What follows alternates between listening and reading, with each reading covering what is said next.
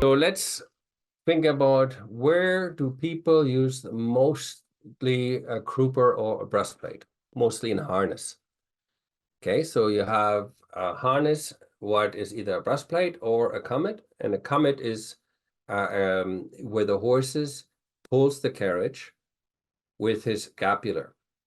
A breastplate, they pull it and with the chest. Another term for breastplate is a device. It's either 5 points, 3 points, or 4-point device.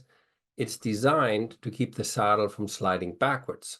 Now, if I'm not having a harness horse, where would I need it? Most of the time you see it in eventing saddles, jumping horses. Here we have a side saddle, but you see when the horse jumps and pushes off, both shoulders push the saddle back. The horse jumps with the force forward, and the saddle wants to gravity fall back. So a breastplate is there, comes between the legs, and it's attached to the front of the saddle, not in this picture, but that's another term of breastplate. So breastplate is only good if it fits properly to the horse. And unfortunately, many people do not know that. But one of the very sensitive and important nerve, it runs right here. This nerve, what can you give you sometimes? Well, all of a sudden your horse is lame and you don't know why. Okay, the brachial plexus. Okay, when the scapula is pinched with the rib cage, the horse all of a sudden shows pain.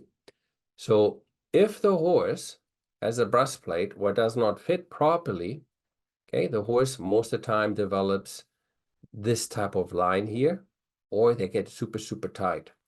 A breastplate what fits properly and avoids this main nerve branch, most of the time has not a problem. Advantage, saddle doesn't slide back during jumping. A good jumping saddle will not slide back if it fits. Okay, but if I'm an endurance rider and I climb high mountain, or an event rider, okay, there's a huge jump which goes sometimes extreme, right? Crouper, why do I need that? Well, the crouper is very important when the horse stops with the carriage and the bars are attached in the sallet and it goes into the front. The horse has to stop somehow the carriage from coming into the rear, right? So the design, besides the brake the driver has, the design is that with the sallet and the crouper, the harness of the horse doesn't get pushed over the ears. On the saddle, often you see it misused. I use the term purposely like this, because when the saddle is too long, the horse will buck the saddle forward. Even big horses could have sometimes very small and short saddle support areas. So the horse will either hollow the back when the saddle is too long. They look maybe fancy in front, but they curl behind the bit.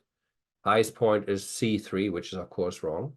Or like on this horse, hollow in the back, hind leg way out. So I can muscle and force a horse into spectacular circus trot, but the horse will deviate from it.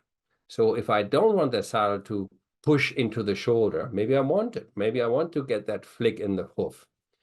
Many articles have been written. But if I don't want that flick in the hoof and I don't want that pressure, sometimes people use a crouper. A crouper is the very last resort you want to use on a riding saddle.